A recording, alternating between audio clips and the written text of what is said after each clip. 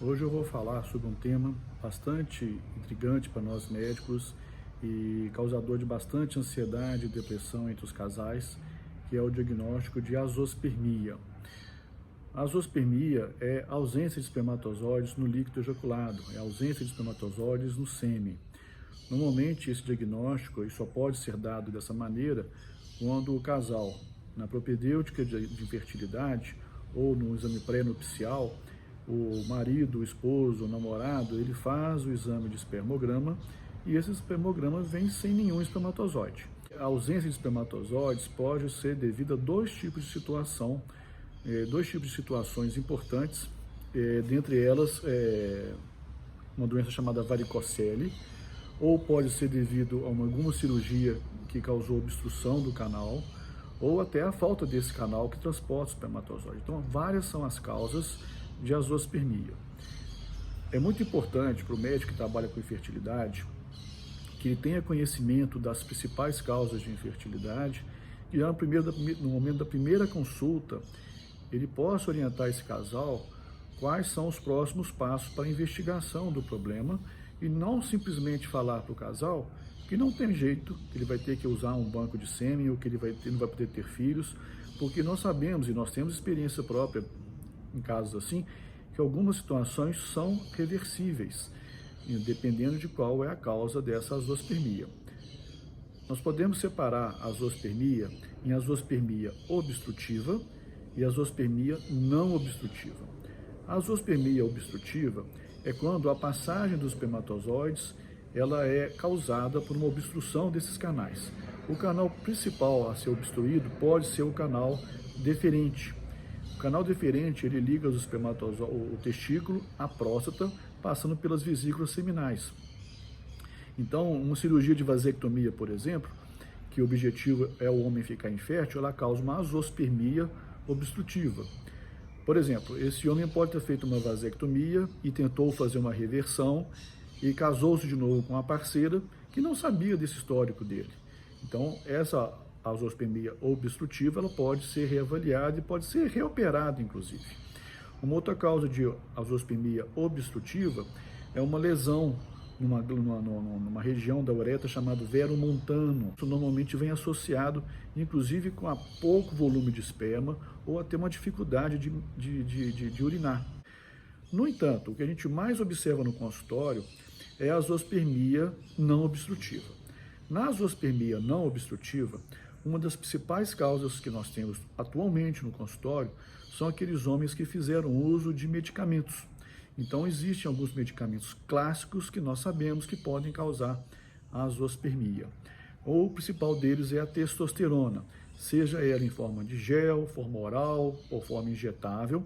Nós sabemos que o uso da testosterona pode causar um bloqueio do eixo, do neuroeixo, que é o hormônio que estimula a função testicular, e com isso ela vai bloquear a função do testículo de produzir tanto testosterona como espermatozoide. Uma outra causa, outro remédio que pode causar isso é a finasterida, muito utilizado para queda de cabelo. A finasterida ela bloqueia a conversão de testosterona e de hidrotestosterona e ela diminui a função testicular.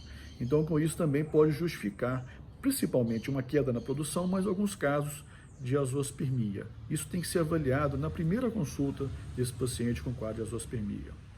Uma outra situação que pode acontecer, a azospermia não obstrutiva, são pacientes que tiveram inflamações testiculares, tipo orquite, tipo cachumba, em ambos os testículos, e com isso causou um processo inflamatório ou uma agressão, uma autoagressão, como se fosse uma doença autoimune, e isso foi levando à degradação, à destruição das células produtoras de espermatozoides. Isso pode levar, inclusive, à atrofia testicular. Uma outra causa de azospermia não obstrutiva é a torção testicular, mas essa torção teria que ser nos dois testículos. Pode acontecer? Pode acontecer. Tanto que quando um menino, um adolescente ou um adulto jovem tem uma torção testicular, é mandatório que o urologista que operou avalie a possibilidade e oriente a família de vigiar a chance de ocorrer torção no testículo contralateral. Ou seja, se um testículo torceu, o outro pode torcer também. E quando o testículo torce, o que acontece? Quando ele torce no seu eixo, para de circular sangue. É como se o testículo infartasse. Então, depois de 24, 48 horas no máximo, um testículo torcido, esse testículo entra em necrose. Ele infarta e entra em necrose e ele vai causar atrofia. É muito importante ser avaliada essa possibilidade de uma torção contralateral. Uma outra causa de ozoospermia não obstrutiva, e essa muito mais fácil de ser avaliada, é uma hipoestimulação testicular. O testículo, para poder funcionar, ele tem que ter uma estimulação hormonal de hormônios que vêm do cérebro, que é o FSH e o LH. Eles vão fazer o testículo produzir tanto testosterona como espermatozoide. Se esse FSH ou LH estão alterados por algum motivo, eles vão levar a baixa produção ou então até uma zoospermia. Então, esse neuroeixo deve ser avaliado, essa avaliação hormonal é muito importante. É muito comum o paciente que tem uma alteração de função testicular com a zoospermia também ter uma baixa produção de testosterona. Quando eu comecei a trabalhar, eu formei em 2000, a gente não tinha em mãos ideia do que acontecia no testículo, então muitas vezes esses pacientes eram encaminhados para poder realizar biópsia testicular, que atualmente não deve ser feita a biópsia testicular, a não ser para fins de captação de espermatozoide. Então a gente fazia uma análise da anatomia do testículo para poder ver se tinha como a gente poder reverter a situação. Então hoje a gente faz avaliação, principalmente uma avaliação com ultrassom, uma avaliação hormonal, e aí sim poder traçar um tratamento e um prognóstico mais satisfatório para esses casais.